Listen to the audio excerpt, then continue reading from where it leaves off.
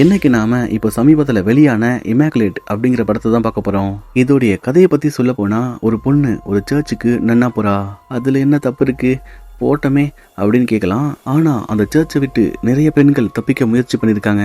அது ஏன், அவங்களுக்கு என்ன ஆகுது, இதுதான் இந்த கதையில பார்க்க போறோம். அப்படியே இந்த வீடியோ பிடிச்சிருந்தா மறக்காம ஒரு லைக் கொடுங்க, அது எனக்கு ஒரு நல்ல தொடக்கமா இருக்கும். சரி வாங்க கதைக்குள்ள போலாம். ஹாய் ஃப்ரெண்ட்ஸ், வணக்கம். என் பேர் விச்சு. நீங்க பாத்துக்கிட்டு இருக்கிறது டப் தமிழ்.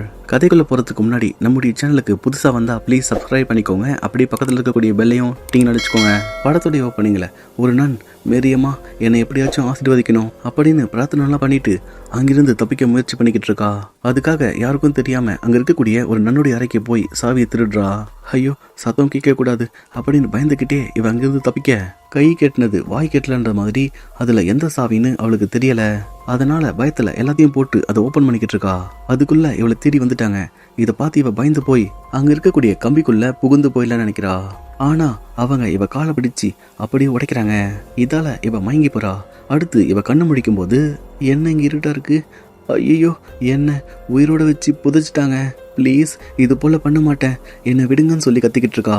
இது நடந்து கொஞ்ச நாளுக்கு பிறகு ஒரு நன் இந்த இடத்துக்கு புதுசா வரா. இது எல்லாத்தையும் நீங்க கொண்டு வந்தீங்களா, பார்க்க ரொம்ப சின்ன பொண்ணா இருக்க, இதை செய்யணும்னு ஏன் ஆசைப்படுற, உனக்கு வேற எந்த ஆசைகளும் கிடையாதான்னு சொல்லி கேட்கிறான். அதுக்கு இவளும் எனக்கு கடவுளை மட்டும்தான் பிடிக்கும்னு சொல்றா.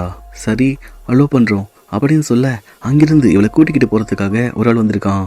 இவ உள்ள போன உடனே, வாமா உனக்காக தான் காத்துக்கிட்டு இருக்கோம், இந்த சகோதரி உங்களுடைய அறை எங்க இருக்குன்னு காட்டுவாங்கன்னு சொல்லி அனுப்புறா. ஆனா அந்த நன்னுக்கு இவ வர்றது சுத்தமா பிடிக்கல. வாமா எல்லாரையும் அறிமுகப்படுத்துறேன், இவங்க எல்லாரையும் நாம பத்திரமா பாத்துக்கணும், ஆனா சீக்கிரம் செத்து போயிடும். ஏன் இப்படி சொல்றீங்க, ஏன் சொல்றேனா, மரணம் அது முடிவு கிடையாது, நாம மறுபடியும் கடவுள்கிட்ட தான் போக போறோம், அதனால நாம மரணத்தை சந்தோஷமா ஏத்துக்கணும்னு சொல்லிக்கிட்டு இருக்கா. சரி கடைசியா கேக்குறேன், நீ மனதாலையும் உடலாலையும் சுத்தமா தானே இருக்குன்னு சொல்லி கேட்கிறா. அதை கேட்ட இவ, ஏன் இப்படி கேக்குறீங்க, நான் சுத்தமா தான் இருக்குன்னு சொல்லிக்கிட்டு இருக்கா. அங்கிருந்து அவ போன பிறகு இவ பாத்ரூம்ல வந்து உட்காந்துக்கிட்டு இருக்க. ஒரு நன் உள்ள வந்து, யாரு மணி கதவு கூட தாப்பல் போடாம உட்காந்துக்கிட்டு இருக்க, என்ன பண்ணிக்கிட்டு இருக்க, புது ஜாயினிங்கா, பரவாயில்ல கண்டினியூ பண்ணு, இதுக்கு முன்னாடி நீ எங்க இருந்த அப்படின்னு கேக்குறா. அதுக்கு இவ, நான் இருந்த சர்ச்சை மூடிட்டாங்க, ஏன் உங்க ஃபாதரியார் ஏதாச்சும் வேலை காட்டாரா, அதெல்லாம் கிடையாது, ஏன்னா அவர் ரொம்பவே நல்லவர். ஓகே ஓகே நானும் பார்க்க தானே போறேன், சரி அடுத்த வாட்டி தாப்பால் போட்டுக்கோ அப்படின்னு சொல்லிட்டு போக, புதுசா வந்த இவளுக்கு உறுதிமொழி எடுக்க அங்க ஏற்பாடு பண்ணிருக்காங்க. வாங்க சிஸ்டர், நீங்க வந்ததுக்கு நாங்க ரொம்பவே சந்தோஷப்படுறோம், இப்போ நீங்க உறுதிமொழி எடுக்கலான்னு அவளையும் இந்த இடத்துல சேர்த்துக்கிறாங்க. அதுக்கப்புறம் எல்லாரும் வந்து சாப்பிட்டுக்கிட்டு இருக்கும்போது அந்த ஃபாதர் வந்து, நீங்க ரொம்பவே ஸ்பெஷல் தெரியுமா, உங்ககிட்ட அற்புதமான சக்திகள் இருக்கு, அது எப்படின்னு சொல்ல முடியுமான்னு சொல்லி கேட்கிறான். அதுக்கு இவ, எனக்கு 12 வயது இருக்கும்போது உறைந்து போன ஆற்றுல நான் விளையாடிட்டு இருந்தேன், அப்போ அது உடைஞ்சி நான் தண்ணி கடையில மாட்டிக்கிட்டேன், கிட்டத்தட்ட 7 நிமிடங்கள் என்னுடைய உயிர் என்னை விட்டு போயிடுச்சு, அதன் பிறகு கடவுள் தான் என்னை காப்பாத்தினாரு, அது ஏன்னு தெரியல, ஆனா கட்டாயம் அதுக்கு ஒரு காரணம் இருக்கும்னு சொல்லிக்கிட்டு இருக்கா. அங்கிருந்து இவ தனியா வந்துட்டா. அந்த நேரம் இவளுக்கு என்னமோ சத்தம் கேக்குது, என்னவா இருக்கும், வினோதமா இருக்குன்னு இவ பயத்தோட போய்கிட்டு இருக்க. கீழே ஒரு நன் படுத்துக்கிட்டு, கடவுளே என்னை காப்பாத்துங்கன்னு சொல்லிக்கிட்டு இருக்கா. இத இவ பார்த்துட்டு, ஏன் இப்படி பண்ணிக்கிட்டு இருக்கீங்கன்னு சொல்லி கேட்க போறா. ஆனா அங்க இருக்கக்கூடிய நன்னுக்கு முகமே இல்ல. இதை பார்த்து இவ பயந்து போக, அதே நேரம் இன்னொரு நன் வந்து, இங்க வா நான் உன்கிட்ட சொல்றேன், இது என்னன்னு தெரியுதா, இரும்பு ஆணி, நினைச்சேன் இப்படிதான் சொல்லுவேன்னு, இது கடவுள் அரைஞ்ச ஆணி, அதோடைய புனிதம் எங்களுக்கு கிடைச்சிடுச்சு, இதை பத்தி வெளியே யாருக்கும் தெரியாதுன்னு சொல்லிக்கிட்டு இருக்காங்க. அங்கிருந்து இவ பாவ மன்னிப்பு கேட்க போறா. அப்போ அங்க இருக்கக்கூடிய ஃபாதர், உண்மையை மட்டும் சொல்லுன்னு சொல்லிக்கிட்டு இருக்காரு.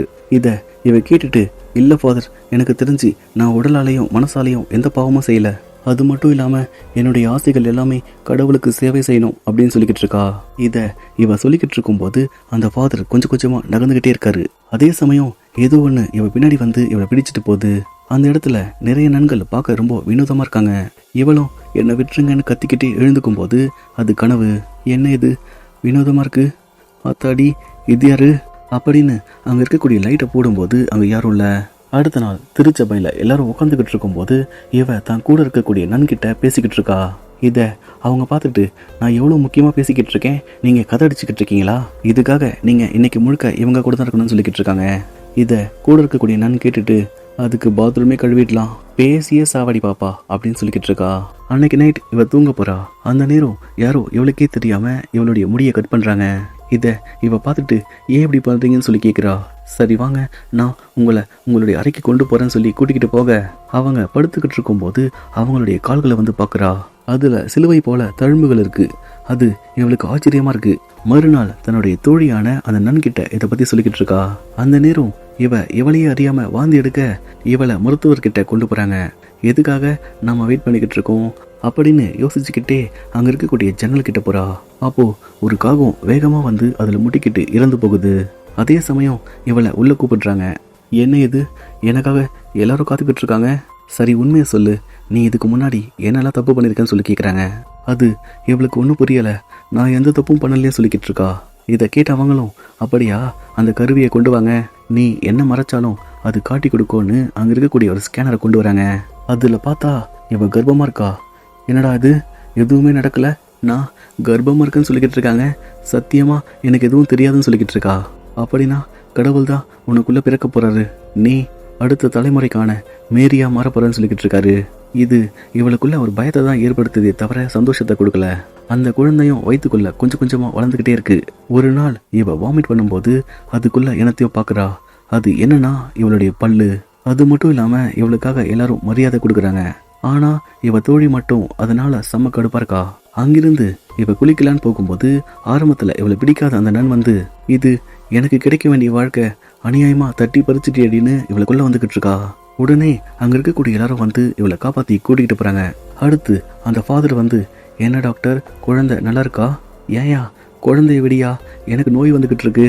ஏமா கடவுளை பெத்தெடுக்கிறதுனா சும்மாவா, சில தியாகங்கள் பண்ணிதான் ஆகணும். நான் தியாகம் பண்ணமா? அடே எனக்கு பாடிலாம் வீக் ஆகிட்டு இருக்குடா, ப்ளீஸ் ஏதாச்சும் பண்ணுங்கன்னு சொல்ல அதை இவங்க காதலி வாங்க மாட்டேங்கிறாங்க. அங்கிருந்து இவ நடந்து வந்துகிட்டு இருக்க மேல இருந்து யாரோ கீழே குதிக்கிறாங்க. உடனே இவளும் ஓடி போய் பாக்குறா. அது யாருன்னா இவளை தண்ணிக்குள்ள முக்கி கொல்ல பார்த்த அந்த நன். என்ன இது, ஏன் அவ இப்படி பண்ணிக்கிட்டா அப்படின்னு இவ அழுதுகிட்டு இருக்க அங்க அவளுக்கு இறுதி ஊர்வலம் பண்ணிக்கிட்டு இருக்காங்க. அந்த நேரம் அந்த ஃபாதர் வந்து இவகிட்ட பேசிக்கிட்டு இருக்காரு. இதை கூட இருக்கக்கூடிய நன் பார்த்துட்டு, இன்னும் எத்தனை பேரடா கொல்ல போறீங்க, இங்க நடக்கக்கூடிய எல்லாம் எனக்கு தெரியும், உங்க யாரையும் நான் சும்மா விட மாட்டேன்னு சொல்லிக்கிட்டு இருக்கா. இதை கேட்டு அங்க இருக்கக்கூடியவங்க, ஏன்பா இந்த லேடியை கொண்டு போங்க, ரொம்ப ஓவரா பேசுறான்னு தூக்கிட்டு போறாங்க. அங்கிருந்து வந்த இவ அதையே யோசிச்சுக்கிட்டு இருக்கா. அப்போ அங்க இருக்கக்கூடிய மேரி மாதா போட்டோ கீழே விழ, என்ன இது, அங்க என்னமோ எழுதிருக்குன்னு பாக்குறா. அது பைபிள்ல இருக்கக்கூடிய ஒரு பக்கத்தை குறிக்குது. அதுல சாத்தான வணங்கும் போதுதான் முகமூடி போடுவாங்கன்னு போட்டிருக்கு. உடனே இவளும் இங்க என்னமோ தப்பா இருக்கு அப்படின்னு தேடி வந்துகிட்டு இருக்கா. அப்போ இவ அங்க இருக்கக்கூடிய ஒரு அறைக்குள்ள தேடிக்கிட்டு இருக்க அங்க ஒரு ஃபைல் கிடைக்குது. அதுக்குள்ள இவளை பத்தி எல்லாத்தையுமே சேகரிச்சு வச்சிருக்காங்க. அப்படின்னா இவங்க என்னை பத்தி எல்லாம் தெரிஞ்சுக்கிட்டு தான் கூட்டிகிட்டு வந்திருக்காங்களா? சரி, இவங்கெல்லாம் யாரும் தேடிக்கிட்டு இருக்கா. அப்போ வெளியே இவளுக்கு என்னமோ சத்தம் கேட்குது. இவளும் அதை பின்தொடர்ந்து போய்கிட்டு இருக்க அங்க சில பேர் இவ தோழியை கட்டி போட்டு வச்சிருக்காங்க. ஆத்தி, இவங்க என்ன பண்ணிக்கிட்டு இருக்காங்கன்னு பாக்குறா. அவங்களும் அந்த பொண்ணுடைய நாக்கை இழுத்து துடிக்க துடிக்க இருக்கிறாங்க. அதே சமயம் இவ ஏற்கனவே பார்த்த அந்த லேடி வந்து, அமைதியாரு, சத்தம் போட்டினா மாட்டிப்ப, இங்கிருந்து ஓடி போயிடுன்னு சொல்லிக்கிட்டு இருக்கா. அடுத்த நாள் காலையில விடியும் போது அங்க இருக்கக்கூடிய நன் எல்லாருமே பதறி போய் ஓடி வந்துகிட்டு இருக்காங்க. ஏன்னா இவ பிரசவ வழியில கத்திக்கிட்டு இருக்கா. இதை பார்த்து அங்க இருக்கக்கூடிய எல்லாரும் ஓடி வந்து அவளை ஹாஸ்பிட்டல் கூட்டிகிட்டு போறாங்க. அப்போ மறுபடியும் அந்த நன்னை காட்டும்போது, கடவுளே நல்லபடியா பிறக்கணும் அப்படின்னு சொல்லிக்கிட்டு இருக்கா. என்ன இது வினோதமா இருக்கு, கட்டலுக்கு கீழே என்னமோ இருக்கே, அடி பாவி, இது கோழியோட ரத்தமா? நான் கூட பனி கூட உடைஞ்சு போச்சுன்னு நினைச்சேன். அவ தப்பிக்க பாக்குறான்னு ஓடி வந்து கால் பண்றா. இத அந்த ஃபாதர் கேட்டுட்டு, அப்படியா, நான் பாத்துக்கிறேன் வைங்க, செம்ம ஆக்டிங்கு, அச்சோ மாட்டிக்கிட்டோமோ, வேற வழி இல்லை, ஐயோ என்னை விட்டுங்கடான்னு கத்திக்கிட்டே அங்கிருந்து ஓடுறா. அங்கிருந்து இவளை கூட்டிக்கிட்டு வந்து, அடியே ஓடு காளி, ஓடவா பாக்குற, கடைசியில என்னையே ஆயா வேலை பார்க்க வச்சிட்ட, இவளை கட்டி போடுங்கன்னு கொண்டு போய் கட்டி போடுறாங்க. அப்போ அந்த ஃபாதர் வந்து, நீ ஏன் இப்படி பண்ணிக்கிட்டு இருக்க, இங்க வா, நான் உங்ககிட்ட ஒன்று சொல்றேன். இந்த ஆணியை பார்க்கும்போது உனக்கு என்ன தோணுது? மற்ற எல்லாருக்கும் இது கடவுளை குத்தப்பட்ட ஆணி.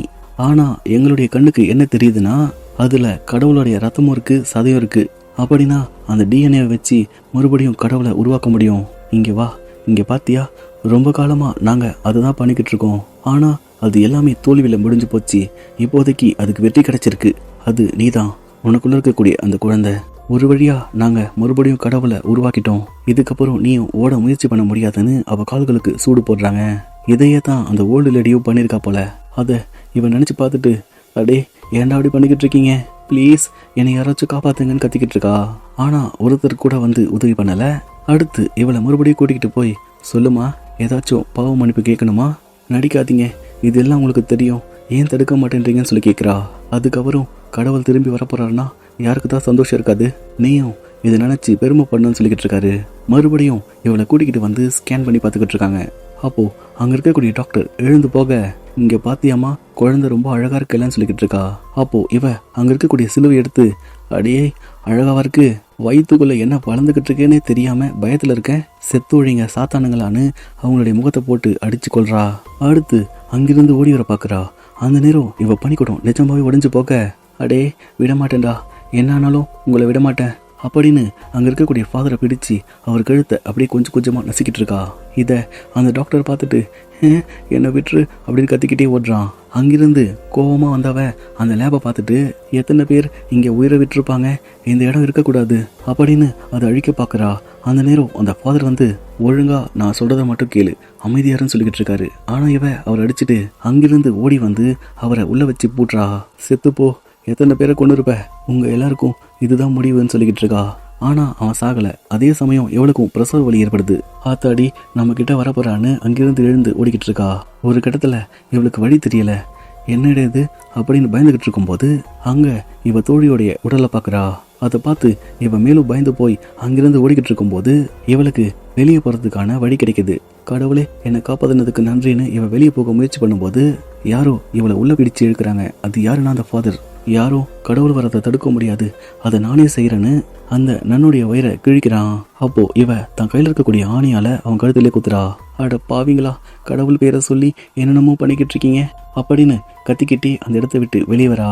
அதே சமயம் இவளுக்கு பிரசவ வலி வந்து குழந்தை பிறக்குது. இத இவ பார்த்துட்டு, அழகா இருக்குன்னாங்க, அலங்கோலமா இருக்கு, இது கடவுள் இல்ல கருமோ அப்படின்னு தொப்பல் கொடியை கடிச்சு போட்டுட்டு ஒரு பெரிய கல்லை கொண்டு வந்து அது மேலே போட்டு கொள்றா. இதோட இந்த படத்தை முடிக்கிறாங்க. இந்த வீடியோ உங்களுக்கு பிடிச்சிருந்தா லைக் பண்ணுங்க, ஷேர் பண்ணுங்க, கமெண்ட் பண்ணுங்க. மறக்காம நம்ம சேனலை சப்ஸ்கிரைப் பண்ணுங்க.